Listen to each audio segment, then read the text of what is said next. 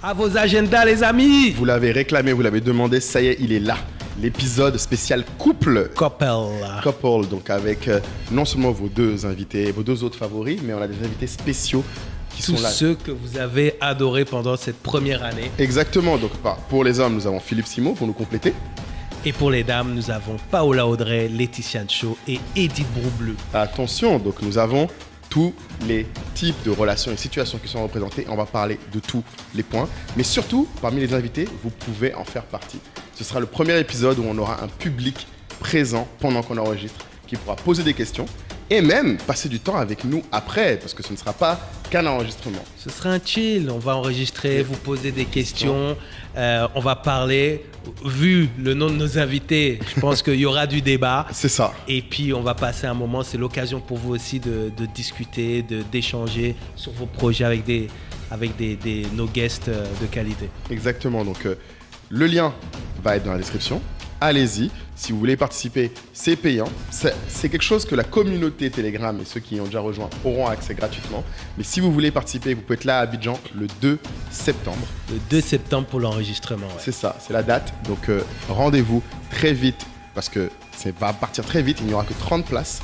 Faites très vite. Et pour ceux que ça intéresse, vous aurez en plus l'exclusivité parce que les autres auront l'épisode un peu plus tard, voire plus tard. Voilà, donc 30 places, dont 10 qui sont disponibles que pour la communauté, donc 20 places, donc vraiment pas beaucoup. Donc vous prenez vos places et on a vraiment hâte de vous rencontrer pour passer ce bon moment qui en fait célébrera l'anniversaire de votre podcast préféré. Ciao. Vite. Shalom. Salam. Salut à tous. Bienvenue dans cet épisode attendu, demandé et crié à corps et à cri et à pleurs que les gens voulaient à tout prix. Ouais, mais il faut dire la vérité, on est un peu tendu là. Disons les choses directement. Directement, disons les choses telles qu'elles sont. Parce que comme vous le savez, la communauté dont on parle très régulièrement est très active. Notre tribu Telegram. Tribu Telegram. Et on a vu un message dans le Telegram là qui nous a un peu remonté. Donc cet épisode sera vraiment important, intense. Très important. Mais il faut qu'on dise aux gens, parce que est-ce que vous pensez, d'ailleurs, vous pouvez nous dire en commentaire si vous êtes là, est-ce que vous pensez que les épisodes sont mieux quand c'est des invités? Voilà. On nous a dit que c'est mieux quand il y a des invités. Que c'est plus riche. Donc ça nous a touché dans notre orgueil. Amina, donc cet épisode-là. Comme on dit, Amina, tu vas passer au bûcher. Voilà. Cet épisode-là, tu vas voir.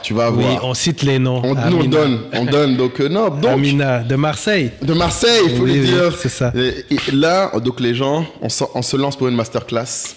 Voilà. Courte, efficace, actionnable, comme vous aimez. Donc, sur un sujet, effectivement, dont on a évoqué, left and right, et où, pour le coup, Kaï, tu es le Master S Networking. Donc, est-ce qu'on a le choix? Non, mais c'est ça, je pense que... Non, mais... Oui, c'est la première question, d'ailleurs. Est-ce que... Qu'est-ce qu'on rate à pas être dans le networking? Est-ce que c'est important? Pourquoi le networking? Déjà, voilà, les gens me demandaient c'est quoi le networking. C'est ça la première étape, je pense. C'est quoi le networking? Alors, de l'anglais, les network, les réseaux. Ouais, c'est ce fameux carnet d'adresses, qui tu connais. Puisqu'on dit souvent, c'est qui tu connais qui définit un peu qui tu es. Bah oui, c'est alors la Fatima dans le groupe qui disait oui, your network is your net worth. Donc en fait en anglais, effectivement, ta valeur est une fonction de ton réseau. Et pour aller dans ce sens-là, je crois que même on en parlait dans l'épisode népotisme avec Paola. Ouais. On se disait que très souvent on se disait ah ouais mais un tel gosse de riche il n'aura jamais de problème. Sous-entendu, on va lui transférer de l'argent. Mais là où les gens minimisent vraiment la transmission, c'est la transmission des contacts. Ça veut dire que cette personne-là, effectivement, qui se fait transférer, on va dire, un réseau par ses parents, en fait, sa richesse est vraiment dans les personnes qu'elle connaît. Ouais, et surtout moi, je crois que ce que les gens négligent, même si on te donnait leur téléphone avec leur carnet d'adresse, il y a aussi les connexions préalables, la façon de communiquer avec ces gens-là et la confiance mutuelle. Et je pense qu'un gros sujet que moi, j'aimerais qu'on garde tout au long de cet épisode de networking, c'est que les gens comprennent que le networking, la meilleure métaphore pour moi, c'est que c'est comme quand tu cultives des plantes ou tu cultives des fruits ou des légumes, c'est des choses que tu plantes et après tu récoltes. Les gens ont tendance à voir le networking comme étant juste la cueillette. En mode, il faut que j'aille à des événements, cueillir des contacts. Exactement. Moi, c'est la plus grande erreur que j'identifie, c'est les gens vont et effectivement, tu as choisi la meilleure métaphore. Ils essayent d'identifier, ils ont comme des antennes, tu les vois. Ils essayent de se dire, qu'est-ce que je peux gratter? Exactement. Ouais. Très souvent aussi, ils se précipitent peut-être sur la personne qui a pris la parole un peu plus tôt. En essayant d'aller créer en fait quelque chose, mais à partir de rien. Et parfois, ce que tu observes aussi, l'erreur que les gens font, c'est d'aller... de rencontrer quelqu'un, rapidement essayer de savoir ce que cette personne fait, il n'y a pas de mal, mais après, s'ils ne trouvent pas là dans la fraction de seconde qu'est-ce que ça leur apporte, ce que ça leur apporte, c'est fini, ils cherchent à passer à autre chose parce qu'ils se disent je perds du temps. Tu vois? Et ça, c'est la plus grande erreur parce qu'en fait, le réseau, il se construit par ce que vous apportez. Et parce que le réseau vous apporte. Donc, qu'est-ce que vous apportez? Est-ce que vous êtes fun? Est-ce que vous êtes cultivé? Est-ce que vous avez une solution? Enfin, je ne sais pas. Est-ce que vous écoutez? Voilà. Est-ce que vous écoutez? Voilà. Quelle est la valeur? Quelle est votre valeur? Et c'est ça le leverage. C'est ça le vrai leverage. Donc, une fois qu'on a donné, je pense, le grand principe de base, un autre point important pour moi, je pense vraiment, c'est que pour moi, il faut que les gens comprennent, le networking, ce n'est pas juste le moment où tu croises les gens. Trop de gens pensent, je network quand je suis en événement. Alors qu'en fait, et j'aime bien, c'est un peu, comme on a dit, la métaphore là, de la plantation, tu as l'étape d'avant qui est la préparation du networking. Donc, c'est plusieurs niveaux. Après, tu as pendant les événements, pendant les occasions de networking. Et après, surtout, les gens négligent l'après. Parce qu'il y a aussi ça. C'est-à-dire que les gens, des fois, comme tu dis, ils rencontrent quelqu'un même d'intéressant, d'utile, tout ce que tu veux. Et après, ils banalisent le truc. Et ils s'endorment sur leur laurier ou ils pensent à autre chose, quoi. Mais ça m'étonne parce que en tout cas, les principes, tu les maîtrises. Ah, putain. Mais maintenant, d'un point de vue pratique, les gens vont se dire, bon... Les gars, ne dites pas ce qu'on voit dans les livres. C'est ça. Non, mais le pire, c'est ça. C'est que moi, typiquement, le plus gros problème que moi j'ai, je pense, c'est pas dans la préparation, c'est dans l'événement. C'est-à-dire que je suis pas, comme je l'ai dit plusieurs fois, je suis pas à l'aise avec le côté échanger avec des gens que je ne connais pas. Si j'ai préparé le truc, ça va. Donc souvent, c'est comme ça que je m'en sors. Mais la spontanéité de parler avec quelqu'un que je ne connais pas ne me vient jamais. C'est-à-dire que même si quelqu'un me parle, je vais répondre de façon très froide, on va dire. J'ai appris récemment, d'ailleurs en te regardant faire, qu'en fait, non, on peut discuter. Ah, ok, parce que j'allais dire justement, je te trouve toi-même dur. En fait, je crois que ce qui est sous-estimé, ce que tu sous-estimes, c'est que, en fait, quand on dit parler avec quelqu'un, ça peut être parler de n'importe quoi. Oui, mais tu vois, je ne sais pas faire le chit-chat. Mais enfin, comment dire?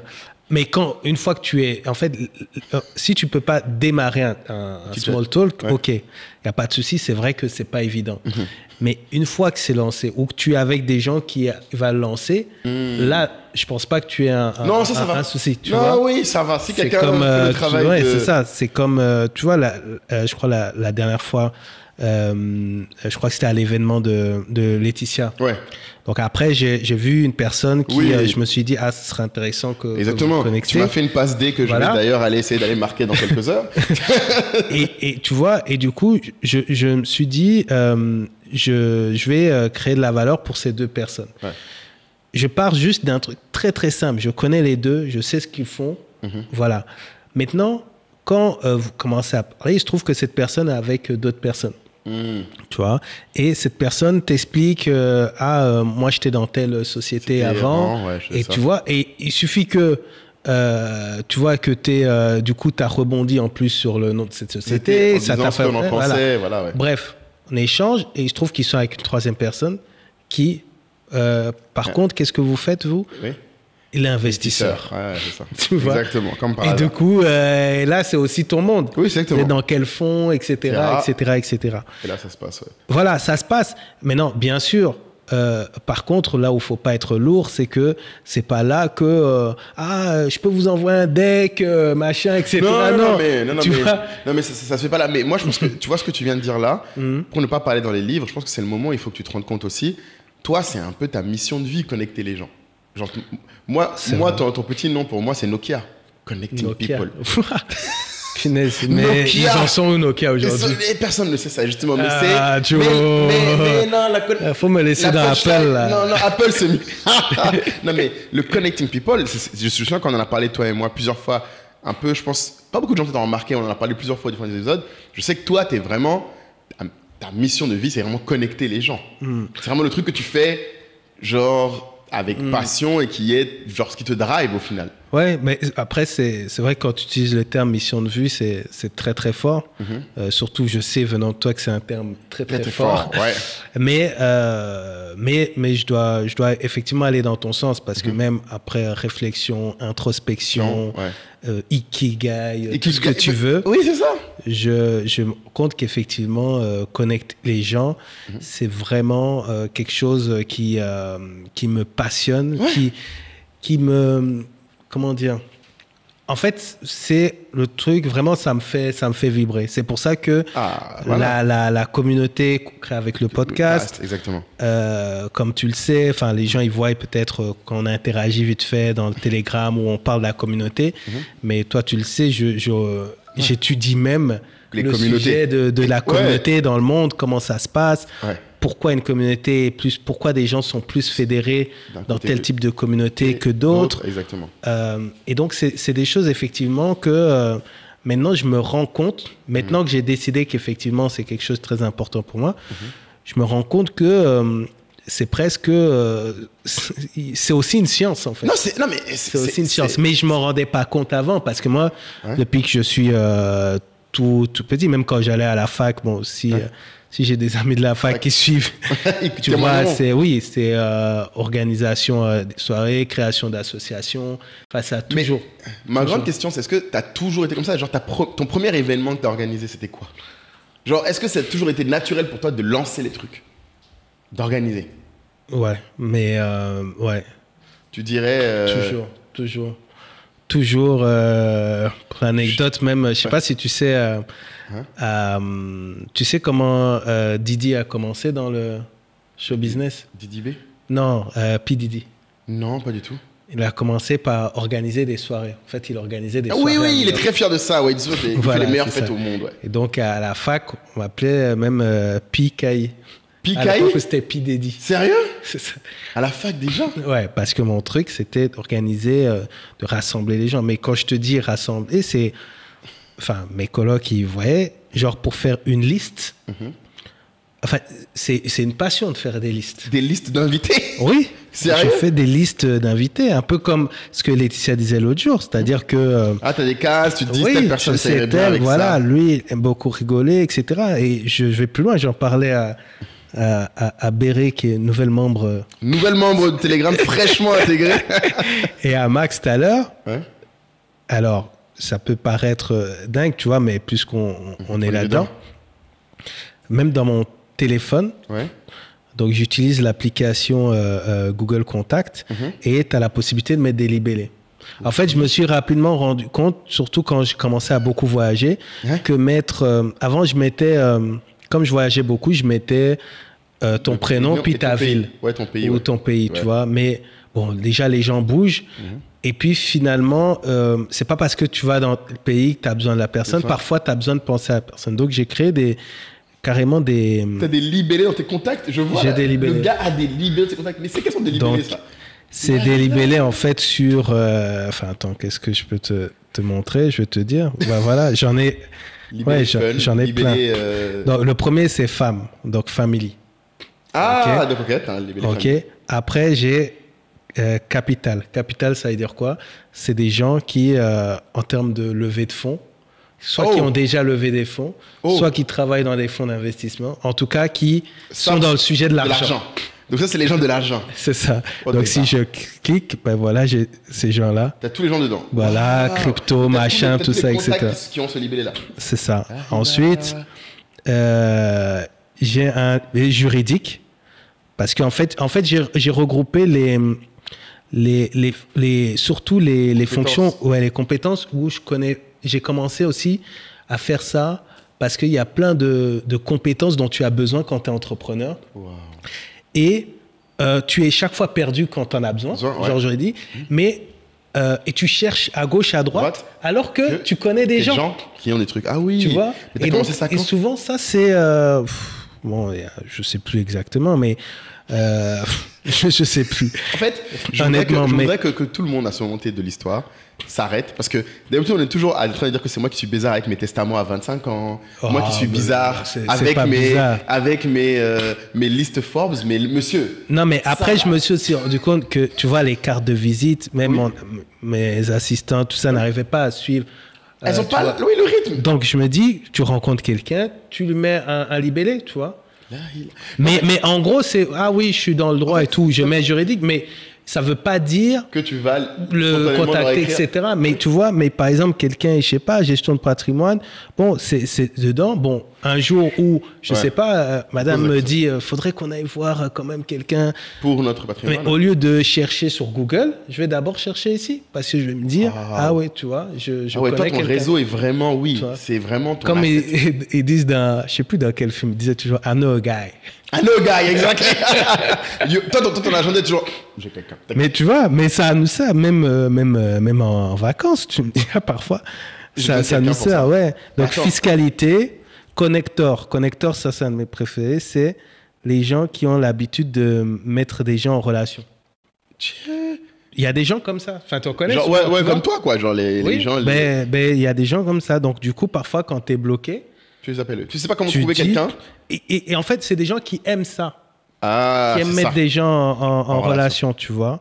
Tu vois, là, je vois Madeleine. C'est même pas genre, il y en a 5-6 par truc, quoi, en fait. Régis de Black Africa, de Business Africa, tout ça. Uche, c'est vrai, ouais. Donc, tous ces gens-là sont là-dedans. Et en fait, après, je mets pas de stratégie par les gens, parce qu'il y a trop de gens.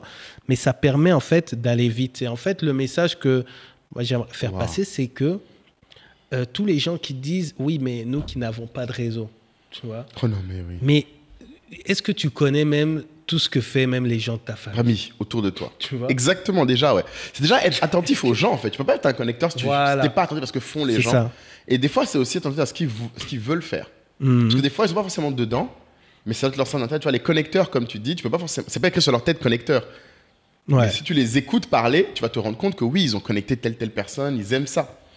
Mais je mettrais la liste entière pour la tribu. Parce parce qu'ils aiment ça. Il y a beaucoup de trucs, mais juste pour faire rigoler, j'ai même un libellé pour si on fait une fête, les gens invités. Les danseurs.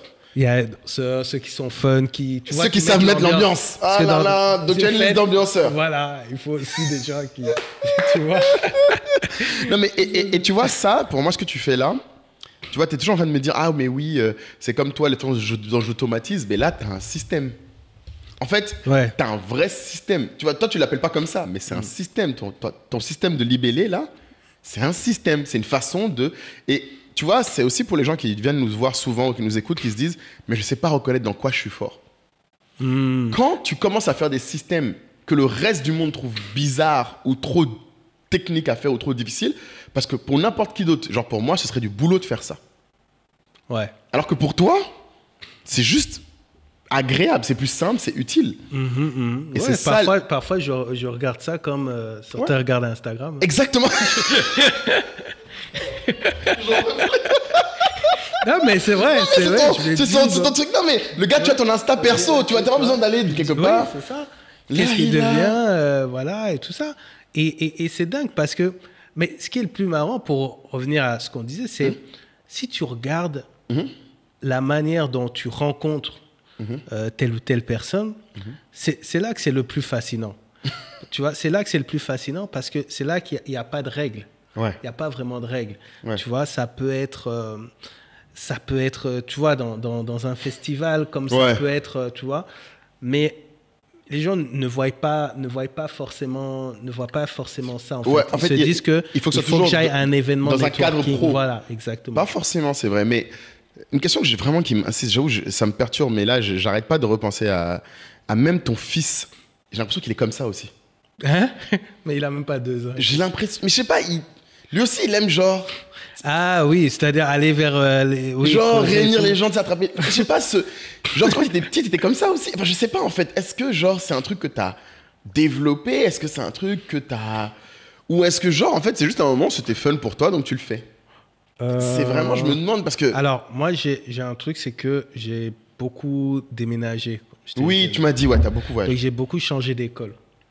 Ah, c'est vrai que ça joue ça. Donc, enfin beaucoup, je suppose qu'il y en a plus qui en Mais tu l'as fait plus de 3 fois, toi. Voilà, c'est ça. Ouais. Et donc, t'as quand même un rituel. Surtout quand t'as 12-13 ans, c'est pas la même chose que quand tu viens dans un nouveau boulot à 30 ans. Ah oui, c'est vrai. Donc peut-être que ça jouait parce que je sais qu'il y a un rituel pour créer du lien social. Quand tu arrives dans un nouvel environnement. Quand tu arrives dans un nouvel environnement. Donc, à un moment, c'était mon truc, c'était le foot. C'est-à-dire qu'en fait, même limite, je savais que j'arrive dans l'école.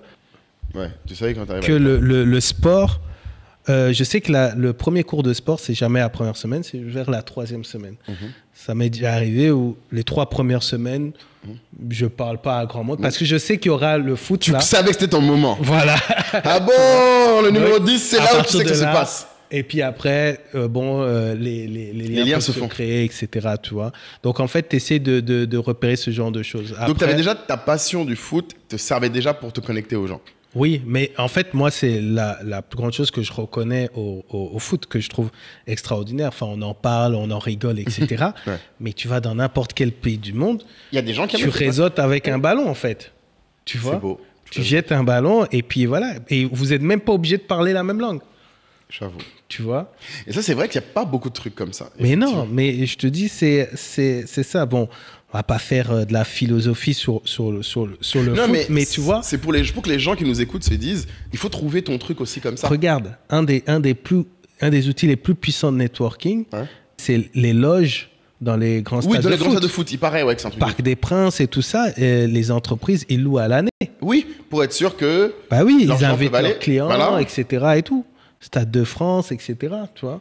Non, mais c'est clair. Moi, je t'ai dit, tout à l'heure, on parlait, je te disais, il faut que tu prennes toi aussi un truc comme ça pour Totem, pour qu'on te sente dans la ville. D'ailleurs, tiens, petite anecdote, je sais pas si c'est relevant, mais comme j'ai jamais raconté ça, vas-y. Que ça me fait rire. Un jour, je reçois un message, je crois que je travaillais même pas encore avec Orange. Mais j'étais déjà, il y avait déjà eu Acom, machin, etc. J'étais à Abidjan et je reçois un message du siège d'Orange. En France ? Ouais. Okay. Et que le PDG monde d'Orange a identifié. En fait, il s'intéresse du coup, tu vois, pour les sujets Afrique et tout. Et j'avais été identifié, je ne sais pas comment, mais en tout cas pour le rencontrer. Bon, je pense qu'il pensait que j'étais à Paris, etc. Oh. Et le truc, c'est que ça avait lieu justement dans une loge pendant un concert. D'un concert, ok. Concert de Shakira. What? Concert de Shakira et tout ça. Ok. Donc je dis à mes gars, mais que je suis à Abidjan, etc. Et prends ton bien, mon ami. Les gars disent que, bon, même si la trésor à l'époque, c'était pas ça. C'est pas ça, ça n'allait pas. Gars, il faut prendre, tu fais genre, tu es à Paris. Genre, tu habites là. Tu vois? Genre, tu as pris ton métro pour venir. J'ai dit, il n'y a pas de souci et tout. What? J'arrive, et là, vous pouvez aller voir sur Google même, Shakira qui a une extinction de voix. Non. Elle annule son concert. Donc j'étais là dans le Paname, t'as pris ton billet, etc. Non, parfois le networking là, ça a des coûts. Ça a des coûts. Et des airballs. Des airballs, tu vois, des vrais. Mais même airballs. là, j'imagine t'as essayé d'en tirer quelque chose.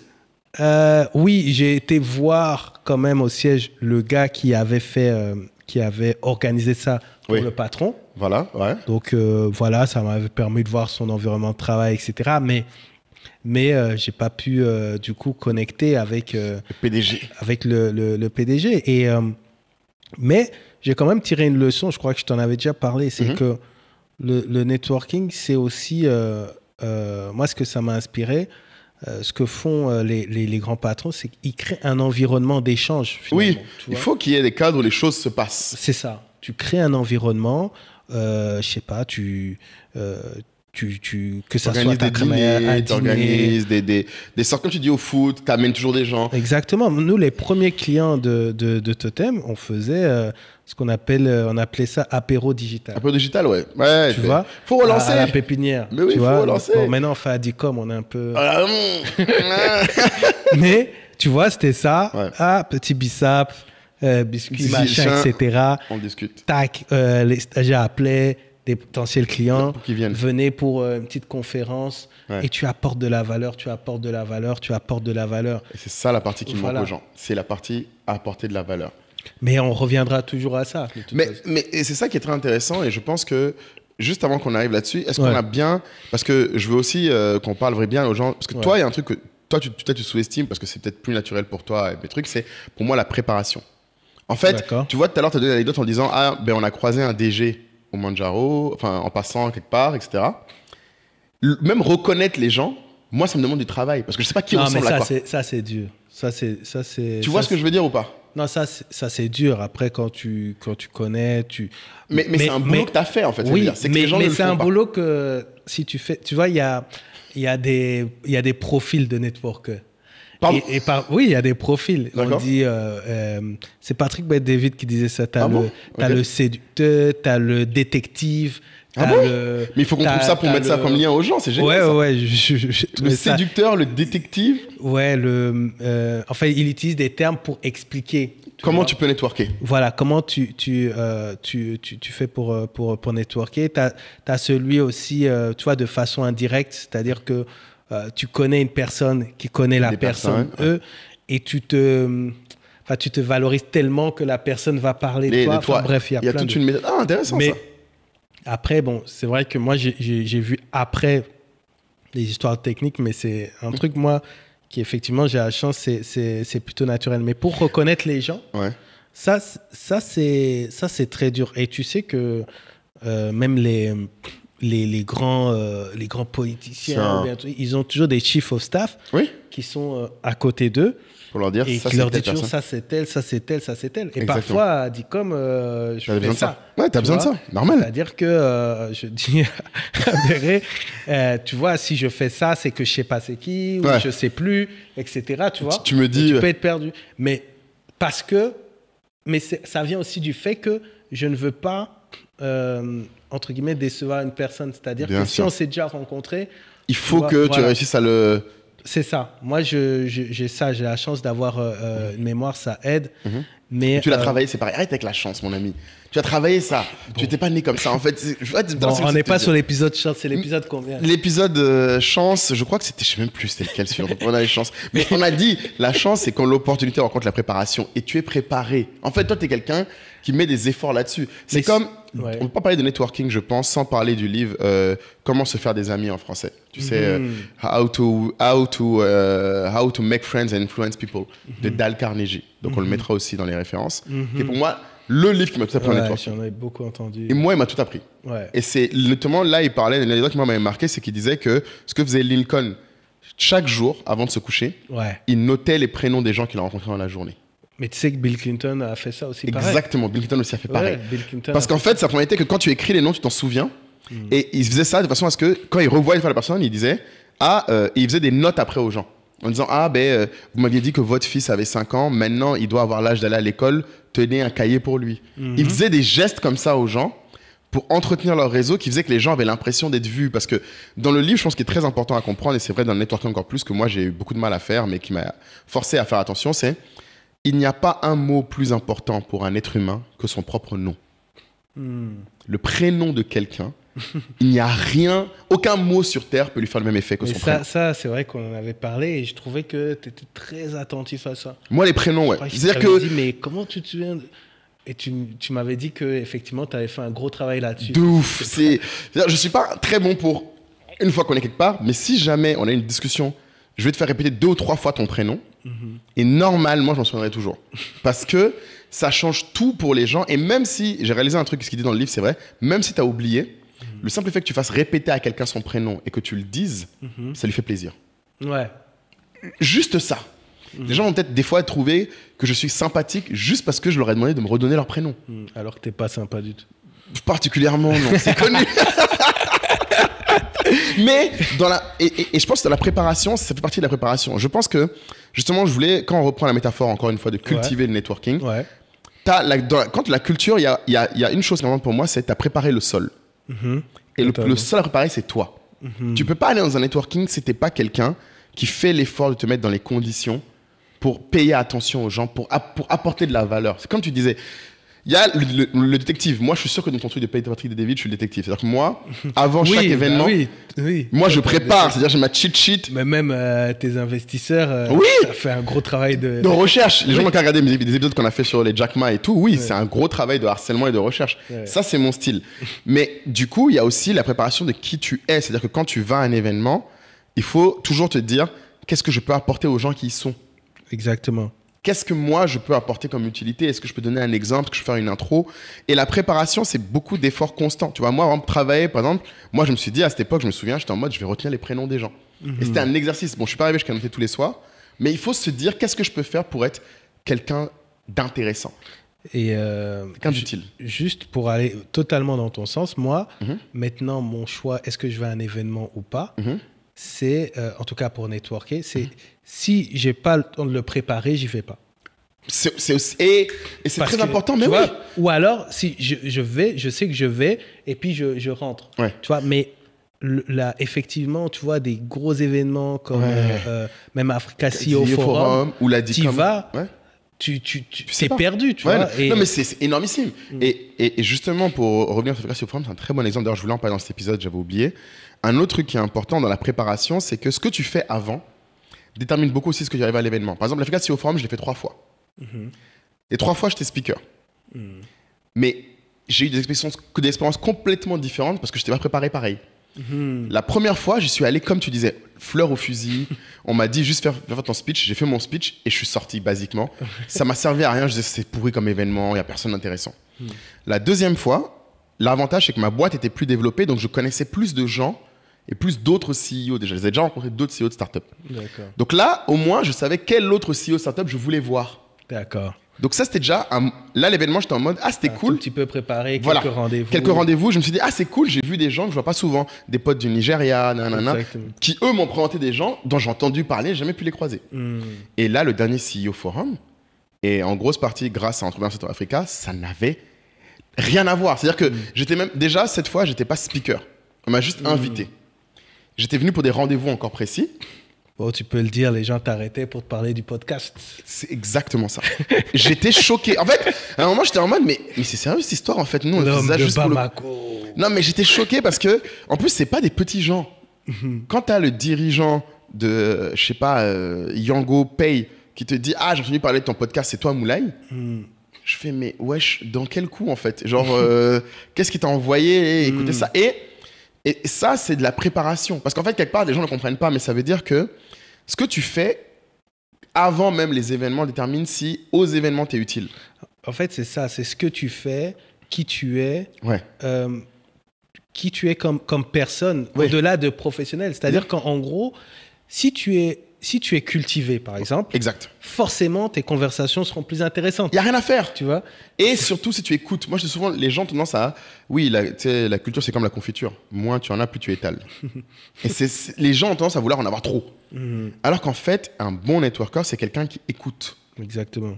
Tu vas faire parler les gens. Alors après, moi j'étais un journaliste, mais la préparation que moi je demande souvent aux gens, bien sûr, tu as le côté détective préparé, mais il y a aussi travailler le sol. Et donc, si tu veux, la recherche, c'est les outils de la culture. C'est ta faux, ta scie, ton engrais, tout ce que tu peux préparer. Mais il y a toi, le sol dans lequel tu vas te planter les relations, il faut qu'il soit fertile.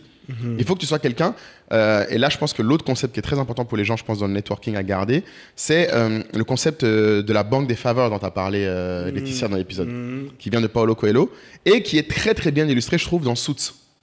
Dans notre chère série Suits. Parce que chaque fois que tu rends un service, mais eux ils te le font savoir, tu m'en dois une. Tu m'en dois une, exactement. Non, mais dans le vrai monde, c'est vraiment comme ça. Et souvent ce que je dis aux gens, mais la clé de ça, c'est pas genre, il faut pas avoir des faveurs. Non, la clé de ça, c'est il faut chercher quelle faveur tu peux faire aux gens. Bon, nous, par exemple, quand on partage le contenu, on peut demander aux gens de s'abonner. Exactement.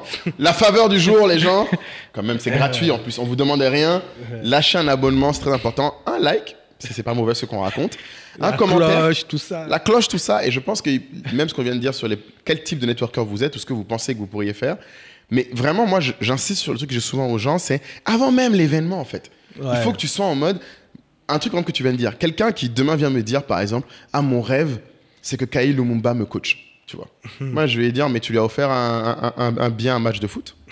Non, mais tu vois, c'est basique, en fait. Tout le monde dit publiquement quasiment ce qu'il aime. Si tu mets un minimum d'efforts, tu peux trouver... Tu vois, dans Suits, par exemple, ce qui apparaît souvent, ils amènent toujours les boissons préférées des gens. Tu sais, ils leur amènent le café comme ils l'aiment, avec un sucre, pas de lait, nan. Et ça, pour moi, c'est le symbole de... Tu essaies d'apporter quelque chose aux gens. C'est ça. Et vraiment, il faut se dire que tout le monde, c'est ce que vraiment on appelle le leverage. Qu'est-ce que tu as que les autres n'ont pas? Ou que tu peux leur donner. Des fois, tu l'as pas toi aussi. Oui, voilà. En tout cas, que tu peux donner, effectivement. Et parfois, moi, j'aime souvent prendre l'exemple de...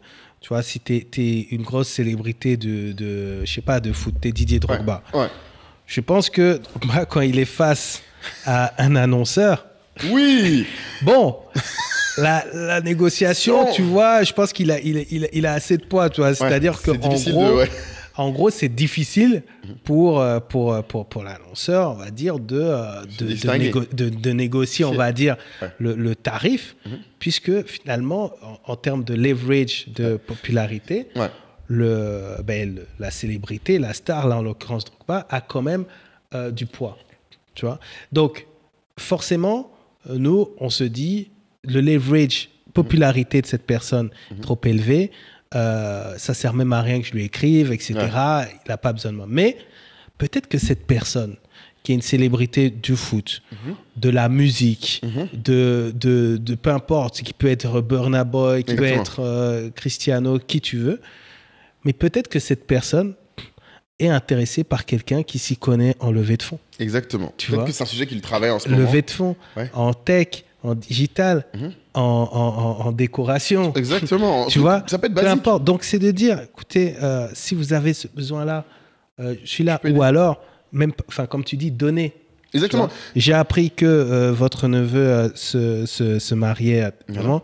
Je voudrais en fait vraiment par faire cette prestation. Cadeau, tu rentres comme ça. Oui, et c'est ça la clé du networking pour moi, c'est donner avant de recevoir. Et savoir donner, c'est savoir écouter et comprendre les gens. C'est ça, donner de son attention. Voilà, et bien adapté aux gens. C'est-à-dire que, et c'est ça que souvent les gens, quand ils me disent, Lindsay, elle a très bien expliqué, je pense, dans notre groupe Telegram, elle a fait un post incroyable, tu te souviens, sur le networking, sur la partie préparation et données. Donc, shout out Lindsay. Encore, dans le groupe Telegram, vous voyez, il y a de la valeur. Vous devriez venir, sinon vous ratez. Donc, dedans, elle avait expliqué justement ce truc de, si elle n'a rien à dire à la personne, elle essaye au minimum de ne pas juste faire le compliment basique de « j'adore ce que vous faites ». Et des fois, et souvent ce que je dis aux gens, c'est oui, c'est bien de dire ouais, j'aime bien ce que tu fais, mais il faut essayer de faire un pas de plus, un truc de plus, même si c'est rien. Des fois, c'est pas forcément. Mais moi, j'ai une astuce pour ceux qui sont bloqués par rapport à ça. Exactement. C'est apprendre à poser de bonnes questions. Exactement. Parce qu'en fait, apporter de la valeur, c'est également apporter un angle sur lequel votre interlocuteur peut s'interroger. Après, éviter, parce que les questions du style.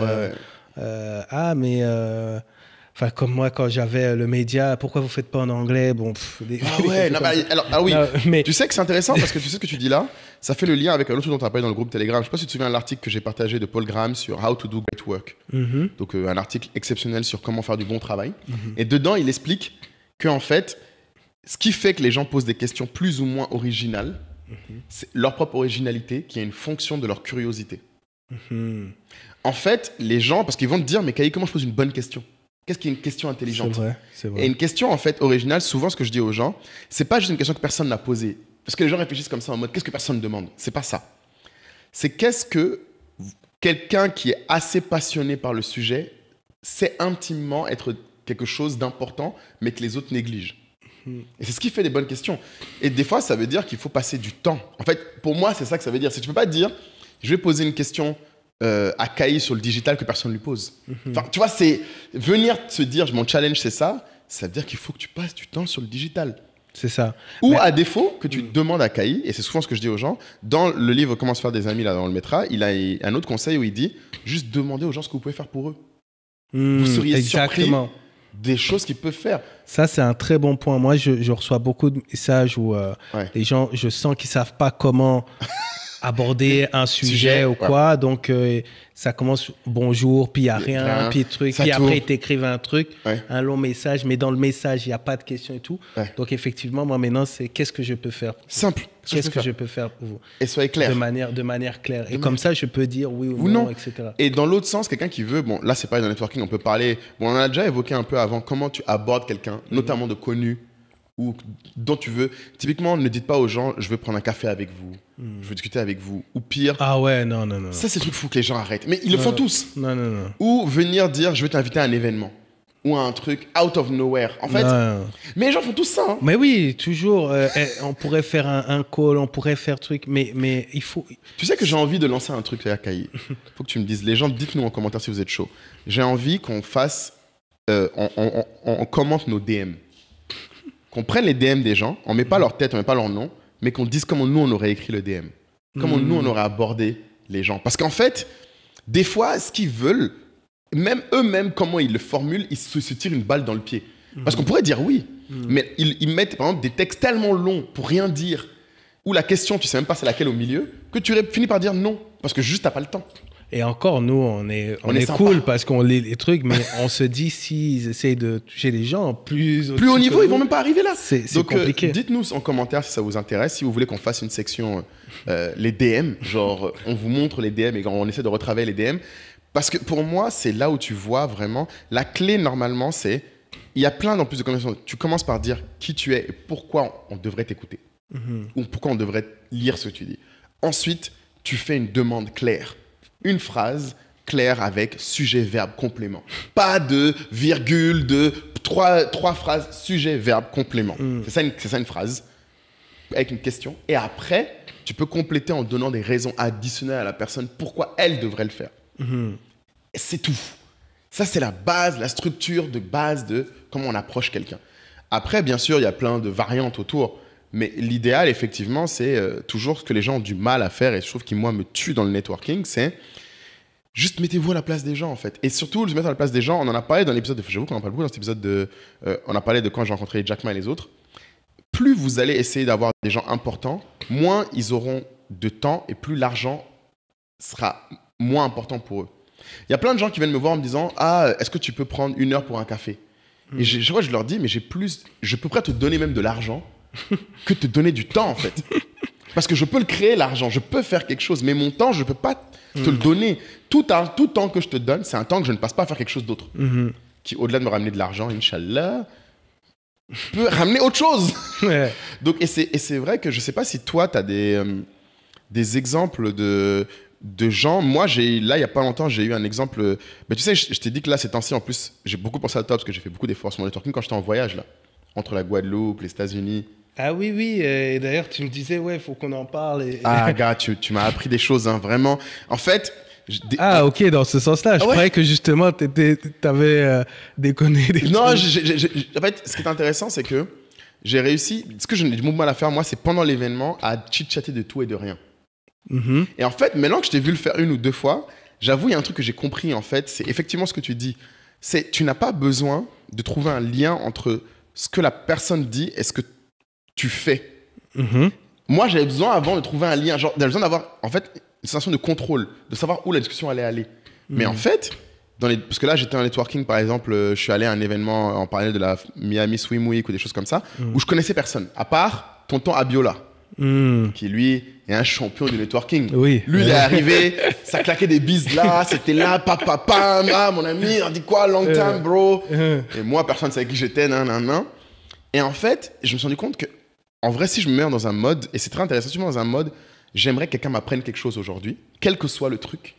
Voilà, exact. Quel que soit le truc. Quel que soit le truc. Quel que soit le truc, parce qu'au pire, t'as appris quelque chose. Exactement. Même si c'est pas dans ton domaine. Exactement. Donc, je me suis retrouvé à papoter. On est des êtres humains, en fait. Je te jure. On est des êtres humains. On peut apprendre des choses sur... Non, mais ça, c'est très important ce que tu dis, parce que moi, chaque fois, on me dit, oui, mais après, t'as des discussions superficielles avec... parce que, bon, finalement, vous n'êtes pas amis, etc. T'as discuté avec un designer, là, 20 minutes, mais finalement, vous ne gardez pas le contact. Exact. Ouais. Oui. Mais j'ai appris comment on fait pour... quelle étude on fait pour devenir ça. J'ai appris quelque chose. Exactement. Et c'est une curiosité que j'avoue qu'en fait, moi, je l'ai sur... En fait, j'avais pas tendance à l'avoir sur les gens à l'extérieur parce que j'ai toujours l'impression que si moi, on me le faisait, ça m'énerverait. D'accord. En fait, ce que je veux dire, c'est que comme beaucoup de gens le font, quand tu ne sais pas vers où ça va, tu as l'impression un peu dans une discussion où tu sais pas si la personne rentre dans ton intimité ou pas. Je sais pas comment t'expliquer. Moi, ça me pose pas de problème, c'est juste que je trouve toujours que c'est très futile ou pas productif, on va dire superficiel. Mais en fait, ça peut être très profond dès que en fait, tu te mets dans une logique de je veux apprendre. Moi, je me suis retrouvé dans la discussion avec un vieux monsieur qui me racontait comment il est passé de... au départ, là, c'était un des gars qui aidait à distribuer le produit chez Bloomingdale's, mais qui, à la base, lui, avait été dans l'humanitaire avec sa femme, qui a vécu en Côte d'Ivoire, après au Ghana. Après, il s'est retrouvé à faire là une marque de téléphone éco-responsable. Tu vois, et du coup, je parlais avec le gars pendant un long moment, jusqu'à ce qu'on a tellement rigolé que d'autres gens sont venus rejoindre notre discussion. Et parmi les gens qui ont une discussion, il y avait un gars qui était un acteur sur une série de Netflix.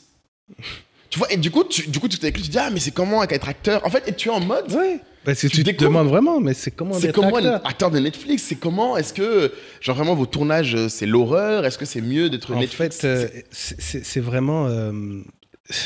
C'est vraiment dingue parce que je suis sûr qu'il y a des gens qui regardent ça et qui disent, oui, mais bon, t'es venu là pour le business. Qu'est-ce que parler avec un acteur, Netflix va t'apporter, tout ça. Mais c'est. Relationship before transaction. Exactement. C'est toujours les relations. Et après, tu verras. Après, tu sais jamais. Tu sais jamais. Là, et moi, c'est pareil. Et là, maintenant, une chose que j'aime beaucoup dans le même exercice, l'un des trucs que j'aime bien être à Abidjan et l'un des rares francophones qui parlent beaucoup sur la scène startup anglophone, c'est que maintenant, quasiment tous les gens des startups anglophones qui viennent à Abidjan, les gens leur envoient mon numéro en mode « Ah, Moulay te fera découvrir la ville ».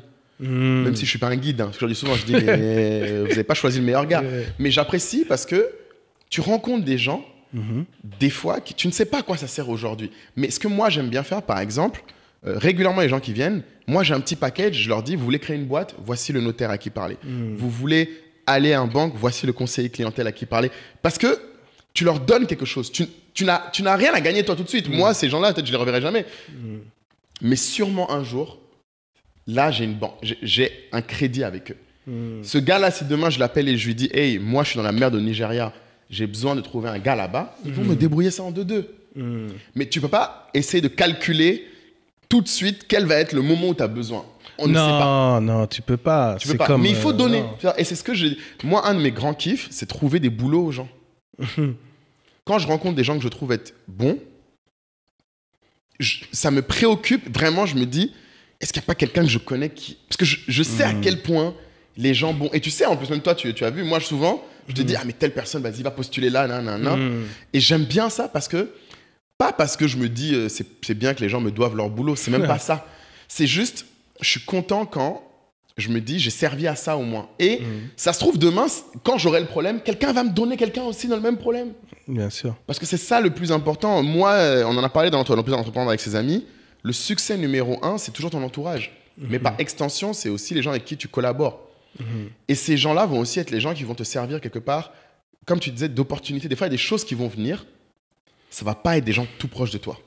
Exactement. Mais d'ailleurs, il y a une règle là-dessus. Tu sais, j'avais suivi je crois que c'était encore dans The Diary of a CEO. Voilà, je ne sais pas si j'en ai déjà parlé, parce que, bon, comme on a dit, peut-être dans le podcast, on va commencer à se répéter y a pas de souci. sur des choses.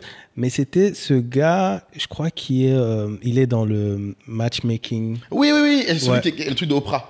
Voilà, exactement. Et donc, il disait que voilà, il faisait des vidéos dans son coin, etc. 4 vues, 5 vues. Chaque fois, c'était 3 vues de sa maman, etc. Et un jour, le téléphone qui sonne et c'est Oprah qui lui propose d'être dans son émission. Et donc, il a su par hasard qu'une personne qu'il avait eue en consulting, en fait, il ne savait pas du tout qui était cette personne, mais il se trouve que cette personne bossait avec Oprah. Exact. Et Oprah cherchait à faire un show sur le dating. Et donc, donc sa vie a changé comme ça du jour au lendemain. Donc, il commence à travailler avec Oprah. Qu'est-ce qui se passe? Forcément, son cercle change. Et il observe de plus en plus, du coup, des gens qui ont une certaine... réseau d'Oprah, quoi. Réseau d'Oprah, c'est un level. Et donc, la question de l'excellent Steven Bartlett, qu'on cite souvent, hein. D'ailleurs, faudrait qu'on se le mette en objectif. Non, il faut qu'il vienne, lui aussi. Moi, mon but, c'est de le faire pleurer, lui. Je t'ai dit, il fait pleurer tout le monde. L'homme qui fait pleurer tout le monde. Exactement. D'ailleurs, parenthèse, pour les grands fans de Bose. Elle arrive là chez lui, donc allez-y les gars. Bref, donc je reviens. Steven lui demande, ok, toi qui as côtoyé autant de gens qui ont réussi, de milliardaires, etc., quelle est la chose que ces personnes-là ont en commun? Et là, il dit un truc, il dit, quand j'y pense, le truc qui me frappe le plus, c'est leur capacité à toujours se faire des nouveaux amis. Ouais. Et en fait, mais à faire quand même une distinction. Quand ils disent nouveaux amis, c'est quoi? Ça veut dire qu'ils ont leurs amis, ils ont leur base. Ouais. Tu vois, ils ont vraiment leur base. Cœur, ouais. Mais en fait, c'est des gens qui comprennent qu'à chaque fois qu'ils ont des objectifs différents, forcément, faut s'entourer. Leur cercle. Vu que tes intérêts changent, c'est normal que ton cercle change. Et un jour, du coup, il en parle et il y a une des personnes qui lui dit, tu sais, les plus grandes opportunités que tu auras seront très rarement de ton cercle proche. Exactement. C'est souvent de peut-être quelqu'un que tu as rencontré une fois, deux fois, qui va te faire une passe décisive, etc. Incroyable. Donc, quand vous sortez le matin, vous êtes peut-être à une rencontre près de la rencontre qui change, qui change totalement le game. Et c'est vraiment que tu dis ça, parce que là, pendant que tu parlais, je me rends compte, Steven Bartlett, il vient de faire un post sur LinkedIn que j'ai repris hier, où il disait, il veut embaucher n'importe qui est bon, qui est world class dans n'importe quoi. Il dit, si tu penses que tu es world class dans n'importe quoi, dis-lui, lui t'embauche.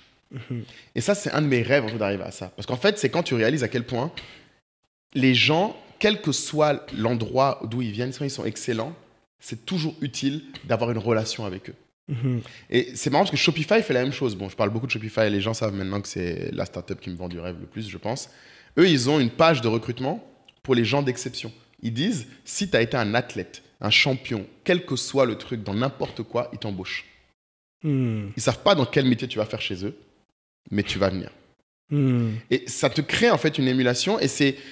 Mais pour être comme ça, encore une fois, comme je dis aux gens, il faut que toi-même tu sois bon dans quelque chose. Tu ne peux pas dire, et c'est souvent ce qui manque aux gens, c'est qu'ils veulent cueillir avant d'avoir semé. Il faut que tu sèmes d'abord chez toi. Tu cueilles uniquement le fruit de ça. Et encore une fois, la banque des faveurs, c'est donner des faveurs aux gens. Soyez utile dans la vie des gens. Tu sais, je sais pas, bon, toi, tu es très fort en networking, mais je pense que tu as déjà croisé mon pote Becaye aussi, dont je parle pas souvent. Oui. Becaye, lui, c'est le champion du monde. En fait, oui, lui, il prend l'ascenseur 2 étages, il connaît toute la vie des gens. Tu as vu, non? Et ce mec, des fois, je me dis, mais je paierais pour être comme lui. En fait, c'est genre, Becaye, il est un peu comme toi, il a fait plein de lycées, plein d'universités, plein d'écoles, et lui m'a dit aussi, quand je lui ai demandé une fois, je dis, mais mec, comment t'es comme ça en fait? Il me dit, juste, j'ai toujours eu à être comme ça pour pouvoir m'intégrer. Et il me disait un truc qui est marrant. Il me disait, mais Moulay, tu sais, tu n'as pas besoin même de parler longtemps aux gens. Lui, il dit souvent ça. Il me dit, mais il n'y a pas besoin de parler longtemps aux gens. Il dit, tu es juste sympa. Tu dis bonjour et tu le penses. Tu veux que les gens passent une bonne journée. Mais alors, tu as dit un truc. Il faut que tu le penses. Il faut que tu le penses. C'est-à-dire qu'en gros, ce n'est pas la peine de sortir d'ici, puis d'aller dans l'ascenseur, aller causer aux gens si vous ne le ressentez pas. Moi, en fait, franchement, je veux vraiment que les gens passent une bonne journée. En fait, exactement. Tu vois, pour reprendre ta métaphore, il y a le sol, tu plantes, tu sèmes, etc. Mais après, tu cultives. Il faut cultiver. Et c'est ça que les gens manquent. Et là, c'est là où il faut être le plus sincère. Il faut entretenir sincèrement. Sincèrement. C'est-à-dire que moi, si je vois quelqu'un qui lance un nouveau truc, je vais lui écrire vraiment un truc soutien de soutien, mais sincère. En fait, je me dis pas, je vais lui écrire comme ça au cas où. Non. Et d'ailleurs, si tu le fais dans ce sens-là, tu vas être déçu. Ça se voit. Non, mais 80% des fois, les gens ne vont même pas te rendre faveur. Oui, tu vas peut-être organiser un événement, ils vont dire qu'ils viennent, ils viennent pas. Non, et tout ça. Mais tu vois, c'est pour ça, on revient aussi à cette question quand on dit ego is the enemy, c'est que à un moment donné, tu fais les choses parce que tu les ressens. Et puis, il faut tenir aux gens. Et ça, c'est dans Comment se faire des amis. Il faut avoir profondément... C'est un peu ce que Fabrice essayait de dire, je pense, aux gens quand il disait la valeur de l'amour. Il faut vouloir le bien pour les gens. Exactement. Même des gens qui sont pas forcément... Oui, que tu connais pas. Il faut que tu le vives. Et ça, c'est une pratique. Et le pire, c'est que je pense que toutes les religions... Je pensais la même chose. Tu pensais la même chose? Ouais, je pensais la même chose. Ouais. Est-ce que finalement, c'est pas le but? Moi, c'est le but une question que j'aime poser souvent aux clients, je leur demande, soit si on fait un déj ou quoi, etc., j'essaie de comprendre c'est quoi les objectifs qu'on t'a donnés cette année. C'est quoi le succès c'est pour quoi toi? la pression qu'on met, toi? Qu'est-ce qui fait que le 31 décembre, ton boss te dit j'ai passé une bonne année? Mais en fait, ça m'intéresse vraiment. Tu vois, je suis sûr qu'eux, ils doivent se dire peut-être que... Il veut essayer de placer. Ouais. Mais en fait, ça m'intéresse vraiment parce qu'en gros, j'apprends aussi sur l'environnement, en fait. Et le contexte dans lequel il est. Du client, etc. Et donc, c'est là que tu vas découvrir, il va dire, ah, mais tu sais, dans notre structure, nous, la culture, c'est plutôt chaque mois, on va t'évaluer, mais on ne fait pas une évaluation annuelle. Je dis, ah, waouh. Okay. Et puis, j'apprends un truc, je me dis, mais punaise, ah ouais, mais du coup, comment ça se fait, etc. Ouais. Et puis, parfois, je remarque un truc dans le management de la personne, je dis, j'ai remarqué que tu faisais ça avec tes équipes. Est-ce que c'est la culture de la boîte qui fait ça, ou c'est toi?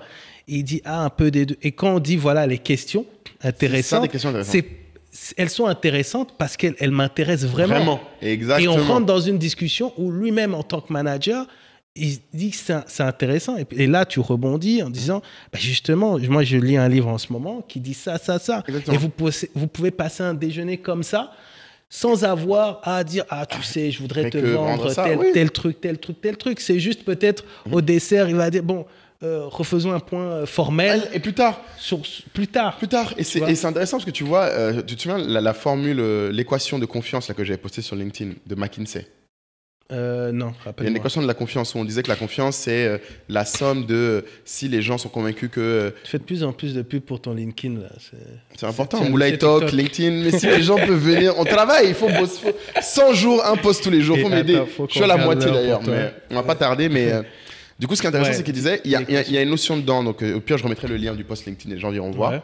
Mais il y a un truc qui est très important, c'est que il parle notamment d'une notion de... Tu sais, tu m'as posé la question, c'était quoi la congruence? Tu sais, l'alignement. Oui, tu m'as demandé, toi, c'était quoi? Et en fait, c'est la notion que tu évoques là.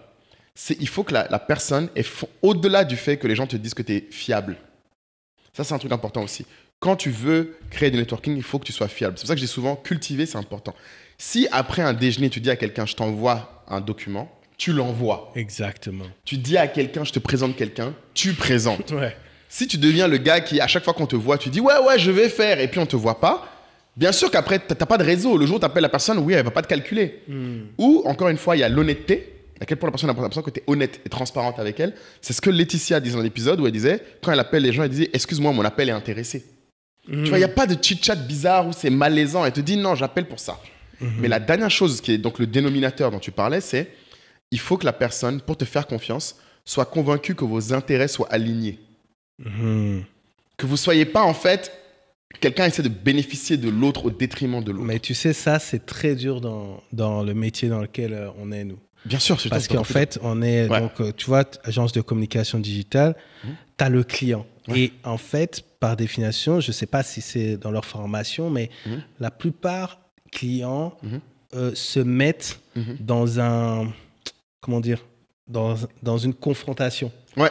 Tu vois? Et donc, tout notre travail d'onboarding, justement, d'onboarding du client, consiste à montrer qu'on est dans la même équipe. On est ensemble. Oui. On est alignés. On a l'intérêt de réussir.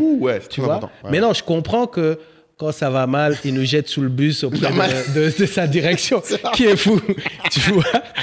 Tu vois, parfois, c'est de bonne guerre. On va dire, oui, bon, l'agence a déconné. OK.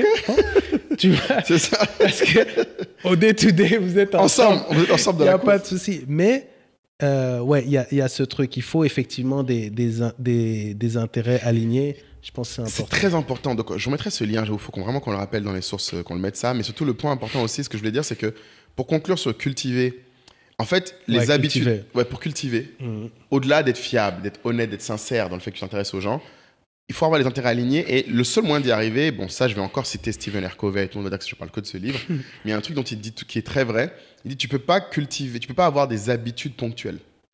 Si ça devient une habitude, ça peut pas être juste quand je suis dans un événement de networking que je suis comme ça. Exactement, mais le nombre de fois où tu prends 10 000 cartes, puis après, tu fais rien chez toi, c'est bon, tu passes à autre chose, c'est mort. En fait, et un truc que j'ai remarqué, la personne, donc un autre de mes amis qui est très fort en networking, je pense que je lui enverrai l'épisode, c'est Sekou. Sekou Koulibaly, qui était le directeur commercial de L'Oréal et aujourd'hui le créateur d'une très très grande marque. D'ailleurs, je porte souvent ces tenues, pas aujourd'hui, mais souvent j'ai des tenues je vais dire la prochaine fois, je sais Segbi, qui s'appelle, il y a une marque maintenant, qui fait des caftans d'incroyable qualité. Et lui, je crois que c'est le mec qui a le meilleur networking que je connaisse. Et tu sais comment tu le reconnais? C'est pas forcément, bien sûr, c'est-à-dire que c'est le gars, à chaque fois qu'il va rencontrer une célébrité ou quelqu'un, il fait une photo avec, il t'envoie des nouvelles des gens qu'il a croisés, etc. etc. Ouais. Mais c'est même pas ça. C'est que lui, à l'aéroport d'Accra, il vit au Ghana, il connaît le nom de quasiment tous les gardiens. Ou il connaît les prénoms de toutes les personnes au comptoir. Parce qu'il voyage beaucoup. Mais il connaît leur nom. Et c'est un truc qui... Sekou n'est pas quelqu'un qui... Et ça, c'est très important quand je dis aux gens, il faut aimer son prochain. Ça ne peut pas être... Tu ne peux pas être que à aimer les gens qui tu penses être utiles. Lui, il est agréable avec tout le monde. Et il prête attention. C'est pas comme s'il va connaître la vie de tout le monde. Mais même les gens que souvent en Afrique, ce que je trouve qui est important, les gens ont tendance à avoir des hiérarchies en mode ces petits gens-là ne me serviront jamais. Et ça, j'ai déjà vu, tu vois. Et ça me fait toujours rire parce que je me dis toujours, c'est ces gens-là qui décident en fait. Souvent, c'est clair. C'est l'assistante que tu négliges là. Ton gardien. C'est eux qui en fait, quand ça va être chaud sur toi, qui vont te débrouiller les trucs. Bah oui, c'est clair. Et ça se joue à tous les niveaux. Et dans le livre Construire des amis, c'est aussi une règle où ils disent, tu ne peux pas dire que tu veux réussir à toucher le sommet d'une montagne sans commencer par gravir la colline. Il faut que vraiment, les gens qui sont tout en bas de l'échelle, avant que tu arrives à, je sais pas, moi par exemple, il y a plein de gens qui m'écrivent, ça me fait toujours rire, ils devraient écrire à Kader. Parce que pour eux, Kader est moins connu. Alors qu'en fait, il est beaucoup plus disponible que moi.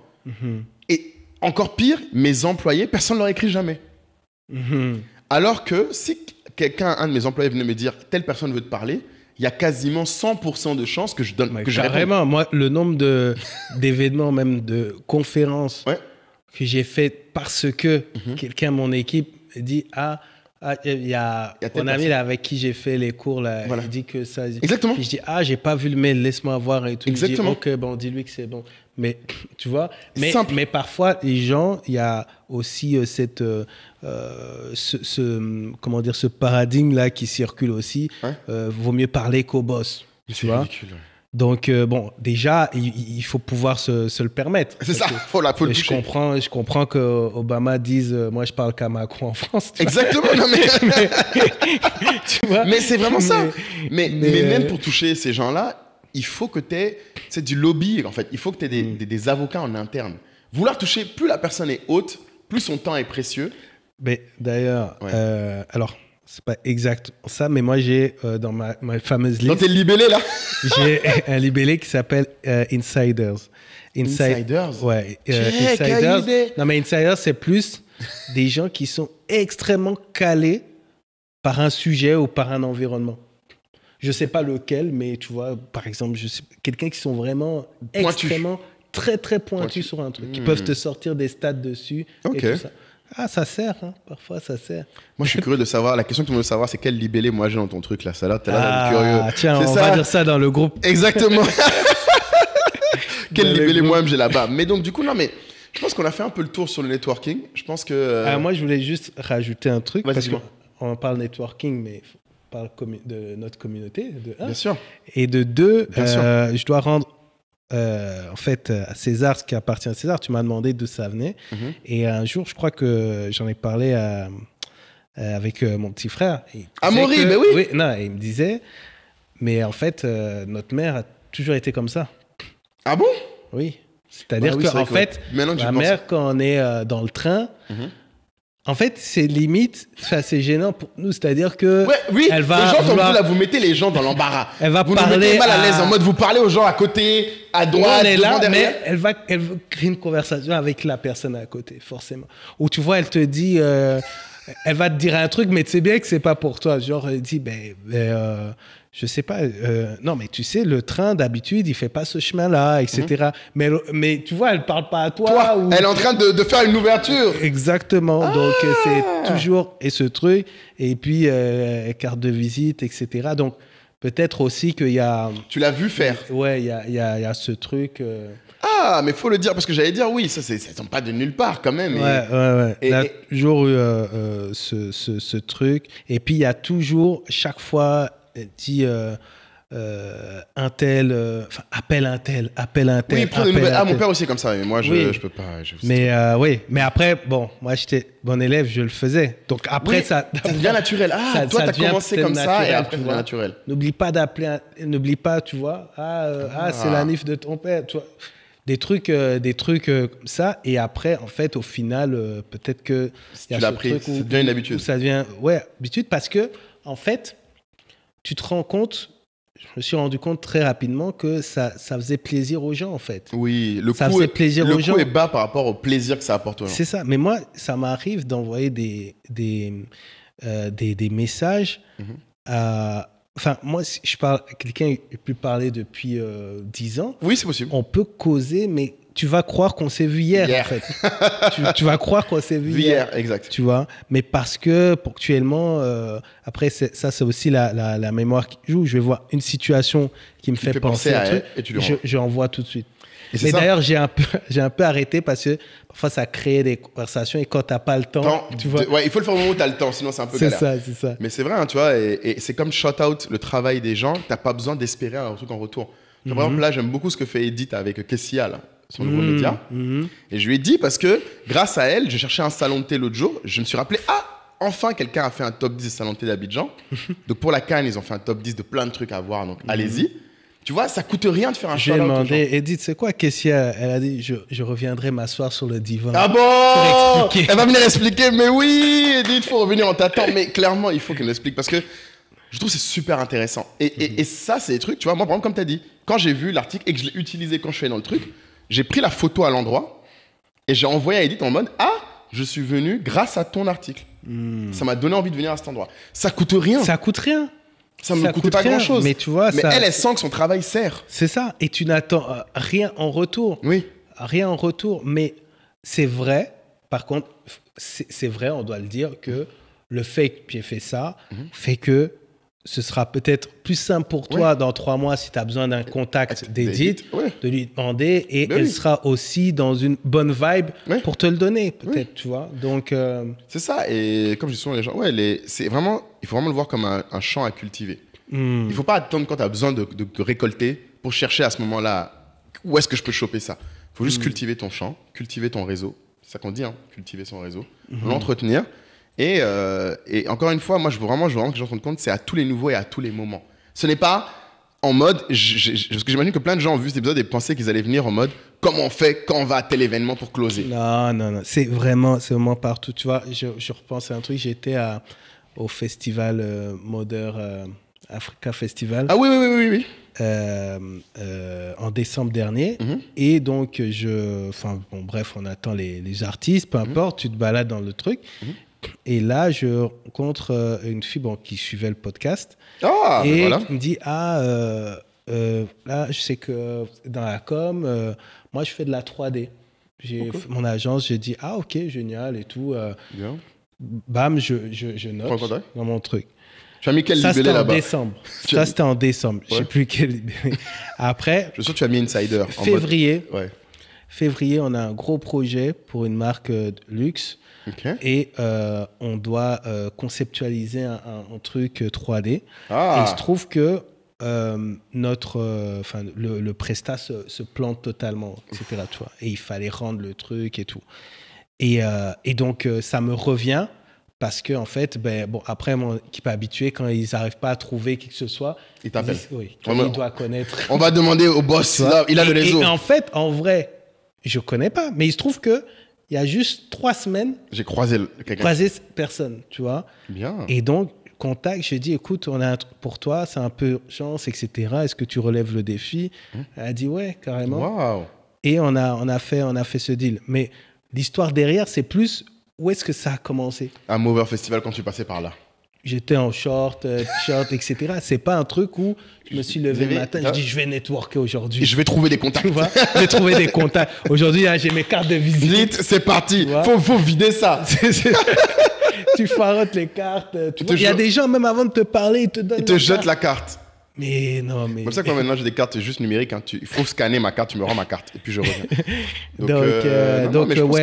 Partout. Et le jeu que j'invite peut-être les gens à faire, que moi, je fais souvent, c'est que je pense peut-être à mes 3-4 dernières meilleures opportunités business. OK. Et je me demande comment j'ai perdu. Voilà. Mais je vais au fond. Hein. Tu te souviens de les premières fois? Oui, je vais au fond. Et d'ailleurs, je fais parfois cet exercice. Tu vas me trouver fou, là. Avec les gens? Je fais parfois cet exercice pour m'aider à m'endormir. Tu sais, là où les gens... ouais, on a trouvé ton truc. Non, mon ami. C'est-à-dire que je dis, mais ce truc-là... C'était qui d'abord? Tu vois, ce truc, c'était qui d'abord? Ah, ok, mais lui-même, comment je l'ai connu? Lui-même, comment je l'ai connu? Tu vois, je fais ça même avec cercle amical, etc. Je trouve que c'est très fort. Je dis, mais si ce jour-là, je n'étais pas parti là-bas, tu vois, si je n'avais pas dit oui à ce truc, à ce truc, tu vois. Et ça te rappelle, du coup, ça te remet Et ça me met dans le truc, tu vois. Le matin, il faut aller, tu ne sais pas ce qui va se passer, sois pas fermé, garde les yeux ouverts. Tu ne sais pas ce qui va se passer, mais, c'est beau. Mais en tout cas, tu es prêt, quoi. Tu vois. Non, c'est vraiment ton truc. Vraiment, là, on a trouvé ton épisode. Les gens sont là, moi, ma data, mais là, on est dans ton mais c'est vrai, tu n'as pas donné de chiffres, là. Hein? Il n'y a pas de chiffres. C'est le domaine où, tu vois, pour le coup, c'est très difficile d'avoir des chiffres. Je pourrais en citer quelques-uns, mais c'est plus sur t'es la moyenne des 5 personnes avec qui tu passes plus de temps, mais c'est des trucs très théoriques. C'est plus difficile à mesurer, comme tu décris. Ouais. Donc, vraiment, merci. Hein. Bah, écoutez, non, en tout cas, voilà. Donc, du coup, tu choisis le mot. Hein. C'est toi le... Non, mais je crois qu'à trouver, c'est donner. Donner. Ouais, il faut donner avant de recevoir. Donner, écouter. Mais en tout cas, donner, give. écouter, cultiver. C'est vraiment ça. Il faut donner. Donc voilà. Écoutez, en tout cas, hein. j'espère que vous avez apprécié cet épisode. Yes. D'ailleurs, ça me fait penser qu'on avait dit que ce genre d'épisode, est-ce qu'il ne faudrait pas qu'on crée des formations autour de ça pour que ça soit peut-être encore plus actionnable, encore plus pratique. Si les gens veulent une formation par le Master S Networking ici, monsieur, moi je serais... Pour aller trouver les investisseurs, on en a déjà parlé, mais le travail que tu as fait là... Ah non, moi je suis juste un chasseur, c'est tout. Oui, mais il faut de tout. C'est comme sur le terrain de foot. Exactement. T'as des Messi qui jouent tranquille, puis t'as des gars qui sont dedans. Voilà. Non, mais retournez voir l'épisode sur Entrepreneur face aux milliardaires, où Moulay explique la stratégie qu'il a mis en place pour... Allez, là, c'est du networking forcé, on va dire. Je te jure, non, c'était dur. Mais pour se retrouver dans la même pièce qu'une personne, ça prend parfois des années. Mais je trouve que c'était vraiment une masterclass aussi. Donc, voilà. Donc, dites-nous si vous voulez nous entendre plus là-dessus et que ce genre de choses, peut-être qu'on prenne du temps pour mieux les structurer. Ou les détailler. Plus actionnable encore plus. On a cité beaucoup de livres, des choses, mais en vrai, on pourrait dans le livre même dire quel passage vraiment illustrer. Parce qu'on a 15 000 histoires et 15 000 anecdotes où on peut illustrer les choses pratiquement. C'est ça. Et puis, c'est vrai qu'on n'a pas le temps, mais networking en France, c'est pas pareil que networking en Afrique, etc. Je pense qu'à l'occasion, si vraiment le sujet plaît, peut-être aussi parler. Moi, il y a un sujet qui me tient à cœur dans le networking, c'est le networking quand tu es une femme. Peut-être qu'il faut qu'on ramène quelqu'un là-dessus. Vu que les gens veulent les inviter. Ça, c'est un vu que ça veut des invités et que ça ne nous calcule pas quand il n'y a pas des gens. Avec des dames, tu vois. Il y a un autre level. Elles vont travailler. Voilà, c'est vraiment une approche dans l'approche. Donc voilà, à l'occasion. Donc voilà. Non, mais c'est noté. Écoute, faisons ça. En tout cas, faut s'abonner, comme d'hab. Ayez pitié. Un petit message pour les gens qui nous écoutent en audio. On les oublie trop. Ah ouais? On parle toujours abonnez-vous et tout. On regarde, on suit, on sait que vous nous donnez la force. On voit les stats qui augmentent. Ouais, ils nous ratent un peu. Je sais plus, franchement, c'était 1000 personnes qui nous écoutent en audio, on vous dans entend. Les voitures. Donc, un petit message pour vous. Bisous. Et puis, une petite demande. Je sais qu'on peut mettre des étoiles sur on peut Apple Podcast, Spotify. Mettez 2-3 étoiles aussi là-bas. Voilà. Ça, c'est votre follow. Gratuit aussi. C'est gratuit. Ok, allez. Ciao. À toi.